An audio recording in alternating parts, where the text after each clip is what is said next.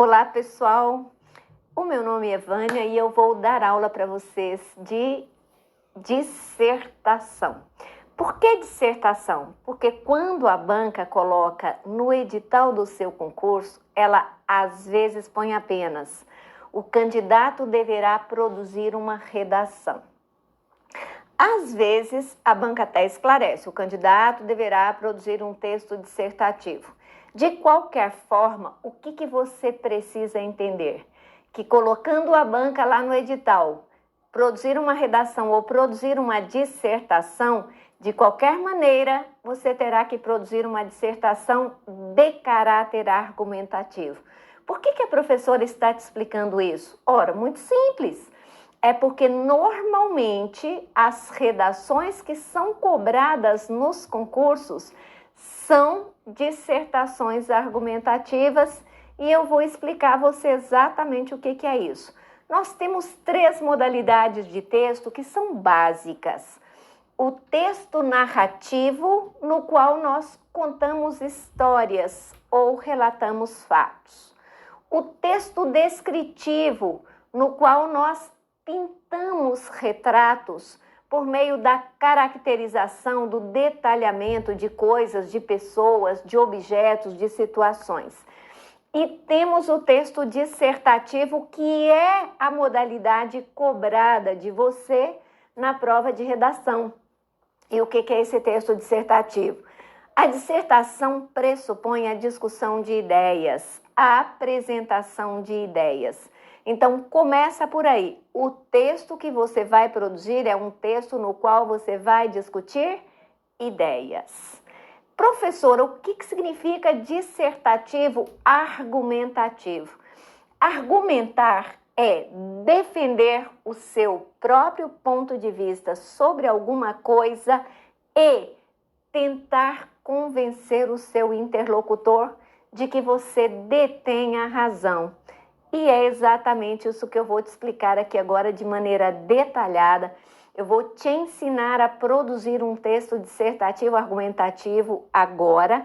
E no próximo bloco eu vou trazer sugestões, esquemas de como é que você vai montar textos dissertativos argumentativos para que você possa praticar no seu dia a dia e ficar bom até o dia da prova, certo?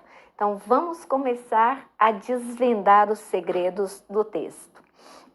Aqui está, ó.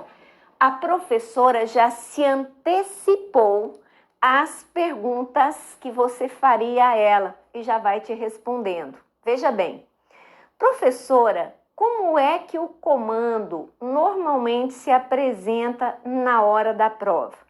Ora, o comando da redação apresenta 1 ou 2 textos cuja temática serve de pretexto para a produção da sua própria dissertação, por meio da qual você exprimirá o seu posicionamento a respeito do assunto. O tema da dissertação pode girar em torno de um assunto da atualidade que mobilize o interesse da sociedade ou mesmo de um conteúdo específico disposto no edital. Então, vamos de novo. Que tipo de temas de dissertação nós podemos ter? Ou a banca vai pedir a você que escreva sobre um assunto da atualidade que mobilize o interesse da sociedade, ou a banca vai pedir a você que escreva sobre um conteúdo específico que tenha sido disposto no edital, certo?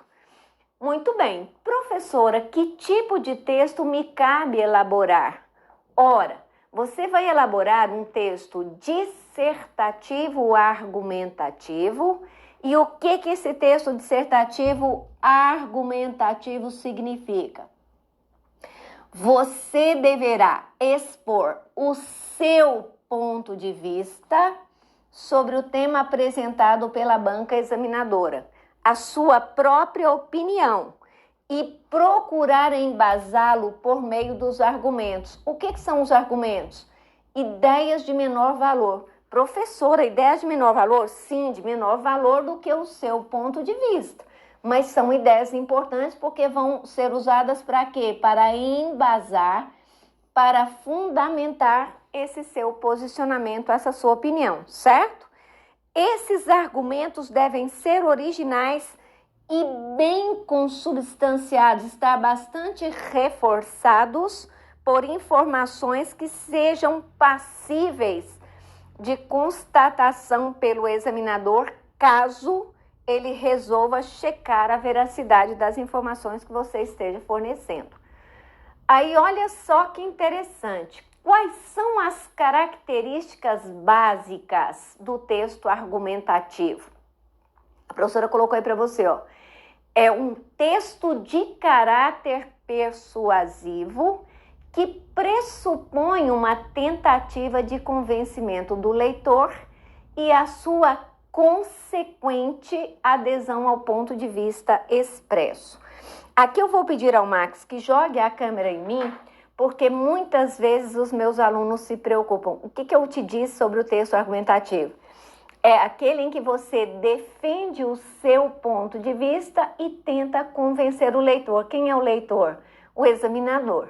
Aí os alunos me perguntam preocupados: professora, o que acontece se eu não conseguir convencer o examinador? Eu vou tirar uma nota baixa? Não. Pode ficar descansado, pode ficar tranquilo. Nenhum examinador de bancas de concurso faz avaliação ideológica do conteúdo do texto. Ele não tem que avaliar ideologia, ele precisa avaliar tecnicamente o texto. Então, observe como é que ele pensa. Ele corrige a sua redação.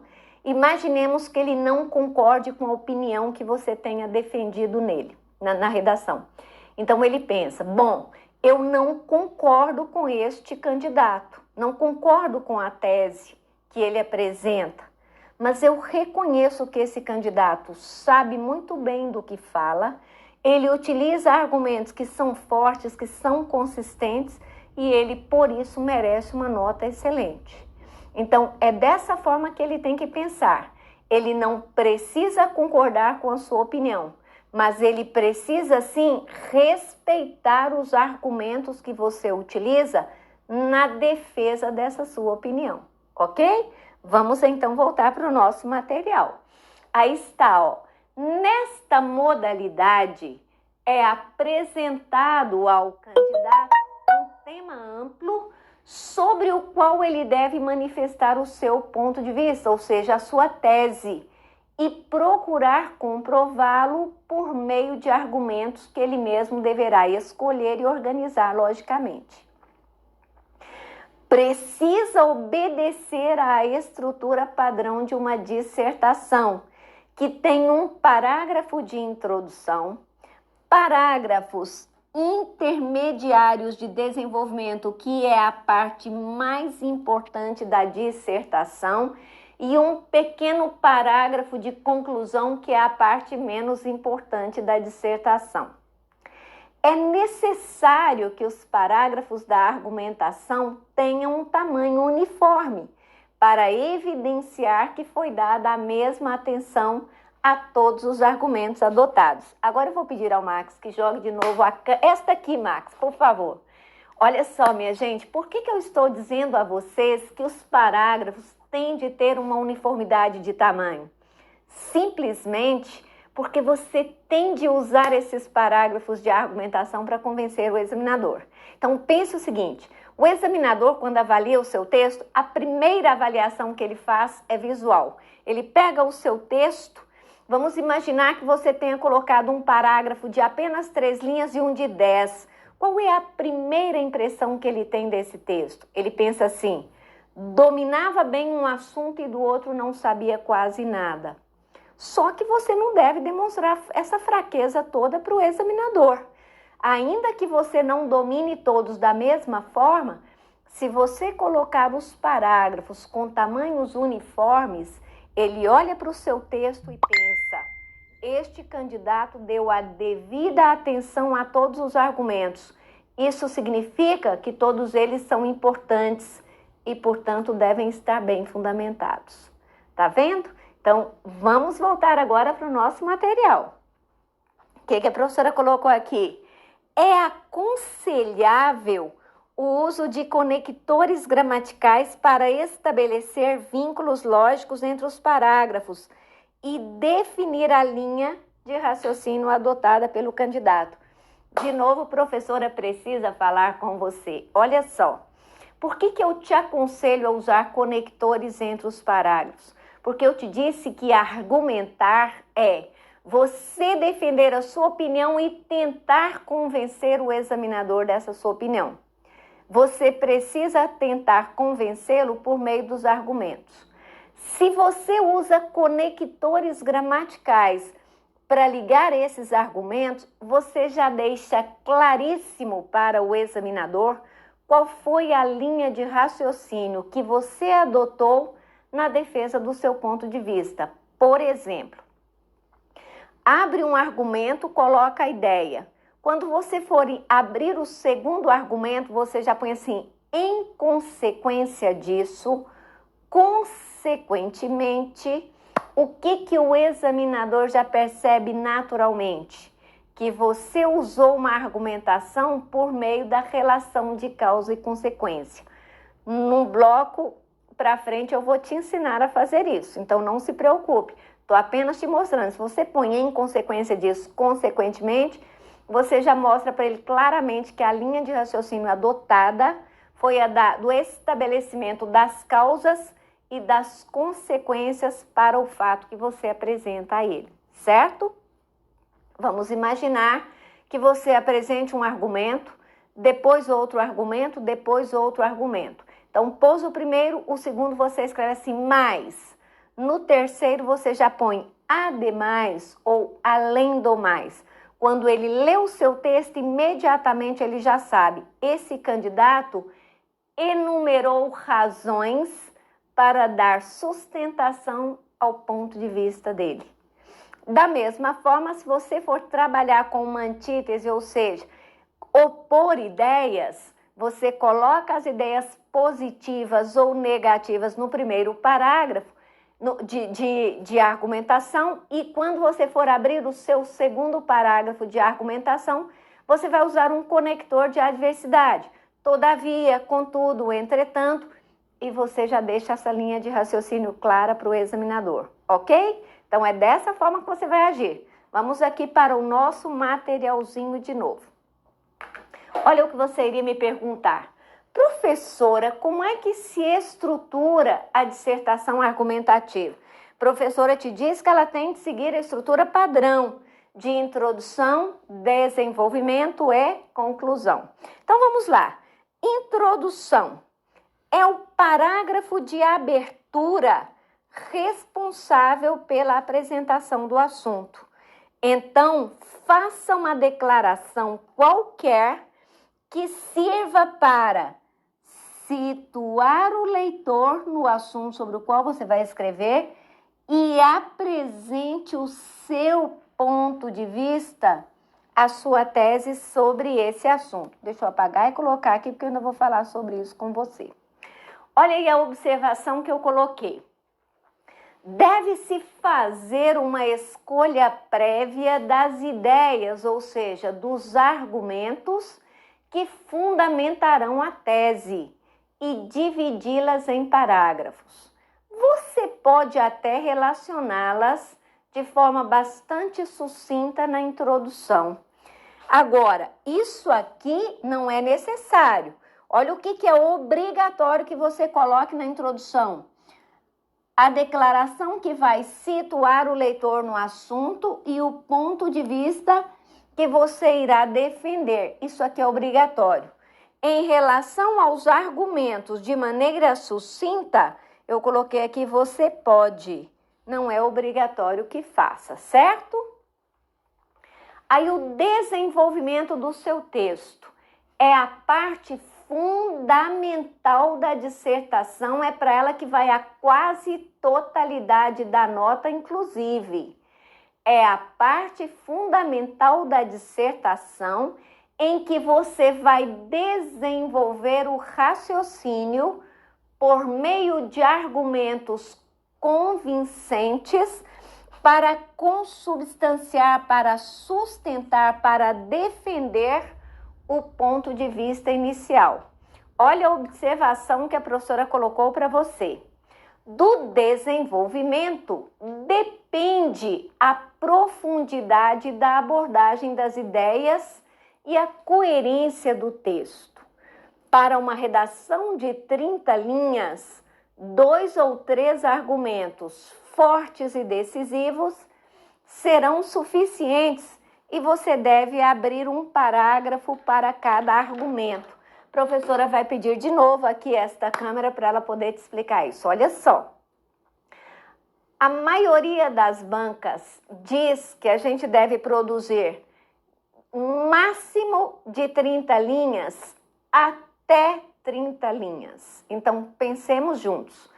Não existe parágrafo dissertativo de 2 linhas, de 3 linhas. Parágrafo dissertativo, principalmente se for no desenvolvimento, ele tem que ter umas 5 linhas, 7 linhas, 8 linhas. Isso significa que, num texto de máximo de 30 linhas, você tem que abrir um parágrafo de introdução de um tamanho razoável, mais ou menos umas 5 linhas. Você precisa abrir um parágrafo de conclusão pequeno, que vai ter umas 4 linhas, e todas as outras linhas estarão no desenvolvimento. Isso significa o quê? Que você vai conseguir abrir no máximo 3 argumentos.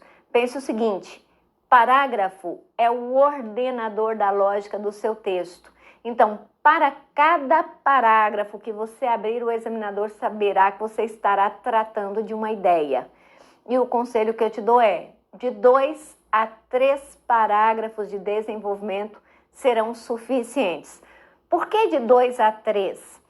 Se você trabalha com prós e contras, 2 parágrafos. Se você trabalha com uma relação de causa e consequência, 2 parágrafos. Se você enumera razões favoráveis a determinado evento, 3 razões. Se você enumera razões contrárias, também podem ser 3 razões. Agora, se você estabelece uma comparação em que você contrasta, apresenta as diferenças, 2 parágrafos. Então, o ideal é de 2 a 3 parágrafos de desenvolvimento, certo? Vamos voltar aqui para o nosso materialzinho? Então, vamos lá. Ó. Conclusão é a parte final do seu texto, a parte menos importante, em que você fará um mero arremate das ideias discutidas. A conclusão pode ser elaborada de 2 maneiras. Ou você fará um resumo de toda a discussão que foi apresentada no texto, ou você fará a retomada da ideia inicial com outras palavras. Eu até vou pedir à câmera aqui só para eu te esclarecer uma coisa. Eventualmente, algumas bancas pedem que a conclusão apresente uma solução. Às vezes também, quando a banca te dá temas polêmicos, cabe você apresentar uma solução. Mas na maioria das vezes, como a conclusão não é tão importante, ela pode vir apenas sob a forma de um resumo de todas as ideias discutidas no texto ou da retomada do ponto de vista inicial com outras palavras, que é para você garantir que ele não vai te apenar por redundância, certo? Então, vamos seguir aqui. Olha o que a professora colocou para você. Observe a seguir como é o processo de elaboração de uma dissertação argumentativa. Eu vou pegar um tema muito interessante aqui e vou te ajudar a montá-lo para você treinar em casa. Terminou de assistir a este bloco, qual é a sua obrigação? Pegar uma folha de caderno e treinar este texto. O que você observa aqui? Que a banca deu dois fragmentos de texto motivador. Um tem como título Abaixo a obsolescência. Turma, o que é a obsolescência? É a qualidade de obsoleto que a maioria das coisas tem ganhado hoje, né, com a tecnologia. Na maioria das vezes, os objetos, as tecnologias que nós temos em casa, estão se tornando obsoletas muito rapidamente, ou seja, estão perdendo a sua utilidade rapidamente. Eu até costumo dizer aos meus alunos que se o século XX foi o século da banalização da morte, podemos dizer que o século XXI é o século da obsolescência, em que tudo está perdendo a utilidade muito rapidamente, caindo em desuso muito rapidamente, inclusive nós, as pessoas. Eu vou ler de forma breve para você os textos motivadores para a gente saber como é que nós vamos montar a nossa redação. Observe. Nossos avós são de uma época em que a compra de um eletrodoméstico era uma aquisição para a vida inteira. Uma geladeira, pois, tinha de perdurar por gerações. Hoje, a lógica do mercado é completamente oposta e nós, consumidores, vivemos um ciclo constante de compra, reposição e repetição. No início dos anos 1960, o visionário designer alemão Dieter Rams previu o crescimento desenfreado dessa tendência e criou um produto que nos 50 anos seguintes iria nadar contra a maré, o Sistema Universal de Prateleiras 606. Trata-se de um produto simples, mas que foi concebido para durar ad eternum, né? Ou seja, até a eternidade, pois a composição mantém os mesmos padrões desde a primeira peça comercializada e a montagem é altamente flexível.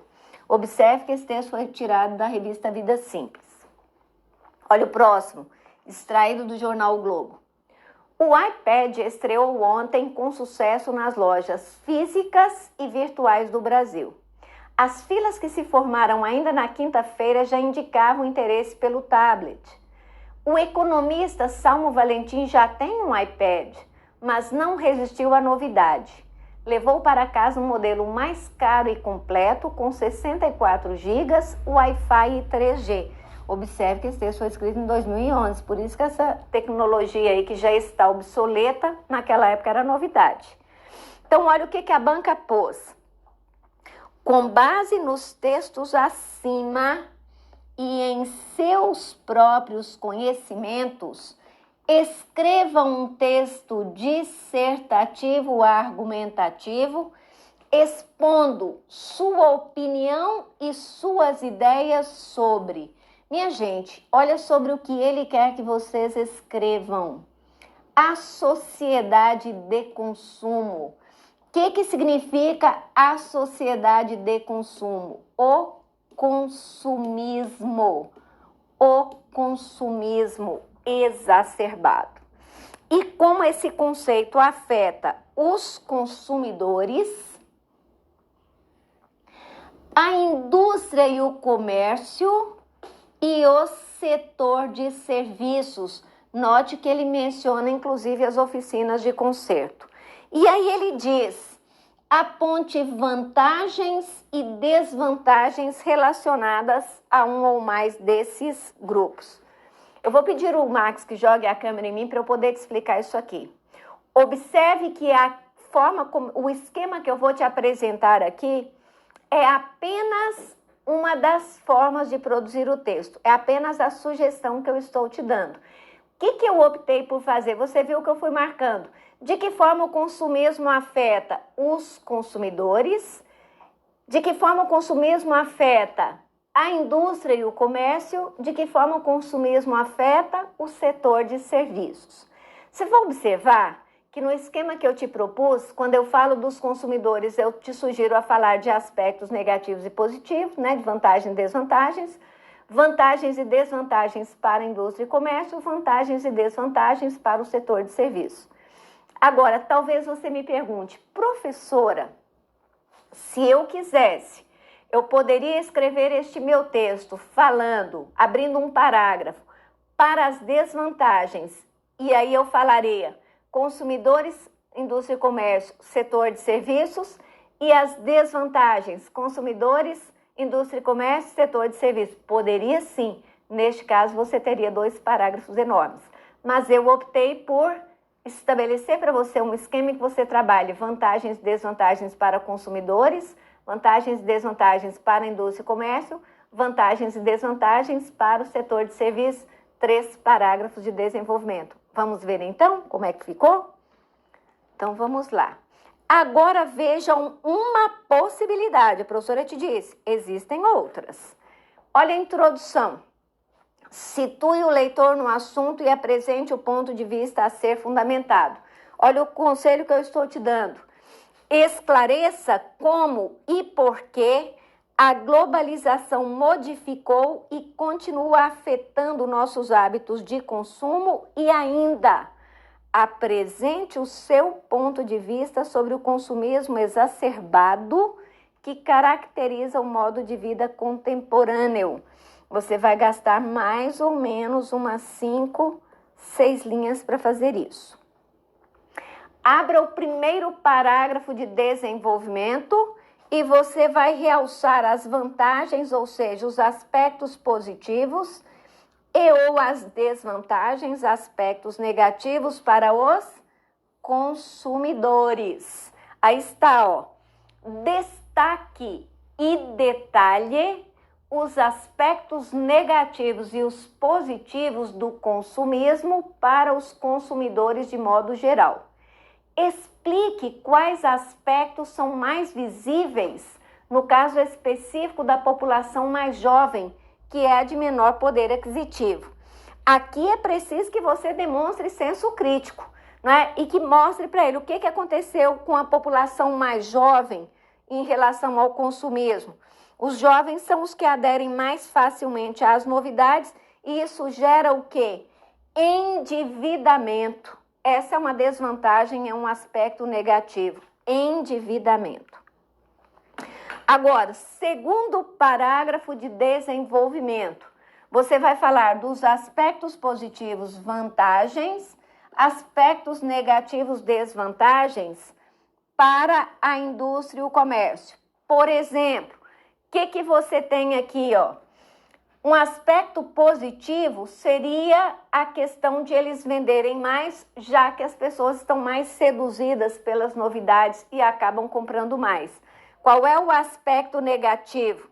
É que a indústria ou o estabelecimento comercial que não conseguir se adaptar às inovações, que não conseguir inovar, que não tiver dinheiro para investir nas inovações, vai ter que fechar as portas ou acabar sendo vendido para os maiores, os gigantes, né?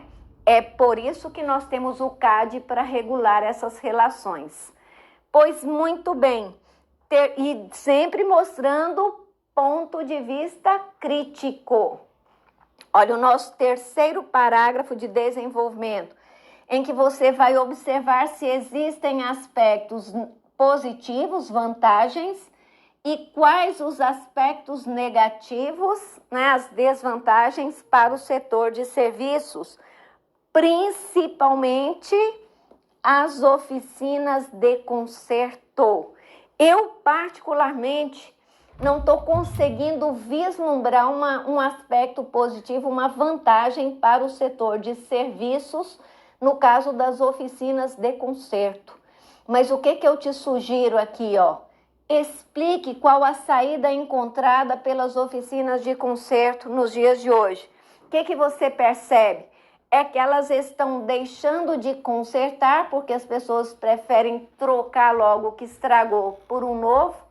Mas o que elas precisam fazer? Para sobreviver, elas estão fazendo uma adaptação do seu nicho, ou seja, o que elas fazem agora? Vendem suprimentos para as novas tecnologias que surgem. Então, é isso que você precisa escrever em seu texto. Muito bem. Agora, olha a conclusão que a professora te sugeriu fazer. Faça um arremate das ideias esclarecidas no desenvolvimento e procure fazer uma prospecção positiva para o futuro da sociedade de consumo. Em vez de olhar sempre de forma negativa, vamos tentar encarar de forma positiva o futuro. Então, o que você vai fazer aqui? Esclareça a importância de se quantificar os impactos negativos do consumismo desenfreado na sociedade contemporânea. Observe, quantificar os impactos negativos do consumismo desenfreado na sociedade contemporânea para que se busque uma alternativa viável que nos faça alcançar a justa medida entre o querer e o ter. Muito bem, minha gente. O que vocês vão fazer depois desta aula? Que eu acho que vocês já estão até ansiosos por fazer. Pegar uma folha de caderno e colocar essas ideias no papel. Rascunhar isso aqui. Inclusive, um bom exercício para você é: faça das duas formas. 2 parágrafos, as vantagens, o outro as desvantagens. E essa que a professora te sugeriu, que é uma maneira de você treinar. No próximo bloco, mais temas, vou te ensinar a fazer um esquema bem bacana para você começar a organizar as ideias de forma bem objetiva, bem rápida, para você conseguir fazer uma boa redação em tempo hábil. Até daqui a pouco.